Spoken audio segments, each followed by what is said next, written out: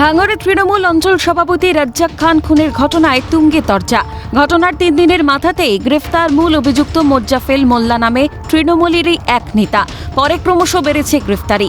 এই নৃশংস ঘটনার তদন্তে উঠে এসেছে একাধিক চাঞ্চল্যকর তথ্য। খুনের ঘটনায় বারবার আইএসএফকেই কাঠগড়ায় তুলেছে শাসক শিবির। এই আবহে বিরোধীদের কটাক্ষের পাল্টা জবাব দিলেন ক্যানিং পূর্বের বিধায়ক শওকত মোল্লা। সোশ্যাল মিডিয়ায় বিস্ফোরক দাবি বিধায়কের। তৃণমূলের আরও 5 জন শহীদ হলেও জয় নিশ্চিত আসন্ন বিধানসভা নির্বাচনে। জয় প্রতিরোধের ক্ষমতা কারোর নেই।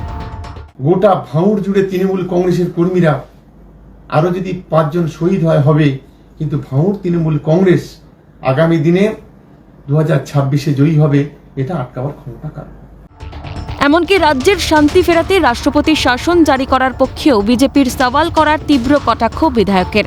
বিজেপি হেরো পার্টি মন্তব্য ক্যানিং পূর্বের বিধায়ক শওকত মোল্লার। আমরা বলছি ওর বুকের পাটা থাকে তো রাজ্যের রাষ্ট্রপতি শাসন জারি করুক না। সেন্ট্রাল গভর্নমেন্টের তো বিজেপি ক্ষমতায় আছে। এই ঘেউ ঘেউ করা তো আমরা কত শুনবো।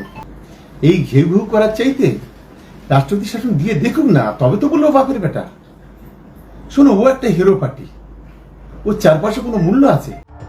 পাল্টা জবাব বিজেপি নেতা অর্পণ দাসের। নিজের স্বার্থে দলের সদস্য হোক কিংবা বিরোধী দলের কর্মীকে খুন করতে দুবার ভাববে না শওকত মোল্লা, দাবি বিজেপি নেতার। বিরোধী দলের লোক অথবা নিজের বিরোধী গোষ্ঠীকে ফাঁসিয়ে কিভাবে নিজের স্বার্থ চরিতার্থ করতে হবে সেদিক থেকে শওকত মোল্লা সিদ্ধহস্ত। আর এই ভাঙড় হলো সোনার খনি। এই ভাঙড় দখলের জন্য শওকত মোল্লা সব কিছু করতে প্রস্তুত। শাসক বিরোধী তরজাতেও ধন্দ থেকেই যায়। তৃণমূল অঞ্চল সভাপতি খুনের ঘটনায় একের পর এক তৃণমূল কর্মীর গ্রেফতারির পরেও কেন দায় নিতে নারাজ শাসক শিবির? কেন বিরোধীদের দোষারোপ? তৃণমূল অঞ্চল সভাপতি রাজ্জাক খানের সঙ্গে অভিযুক্তদের একাধিক ছবি প্রকাশ্যে আসার পরেও কেন ধৃত মোজ্জাফেল মোল্লা, জাহান আলী মোল্লা এবং আজহারউদ্দিন মোল্লা তৃণমূলের কেউ নয় বলে দাবি ক্যানিং পূর্বের তৃণমূল বিধায়ক শওকত মোল্লার? বুধেও গ্রেফতার আরও একজন, ধৃতের সংখ্যা বেড়ে হল 7। চলছে তদন্ত, কিন্তু প্রশ্ন থেকেই যায়, তবে কি দলের অন্দরের কোন্দলের জেরেই এই খুন? তমাল সরকারের রিপোর্ট, ক্যালকাটা নিউজ।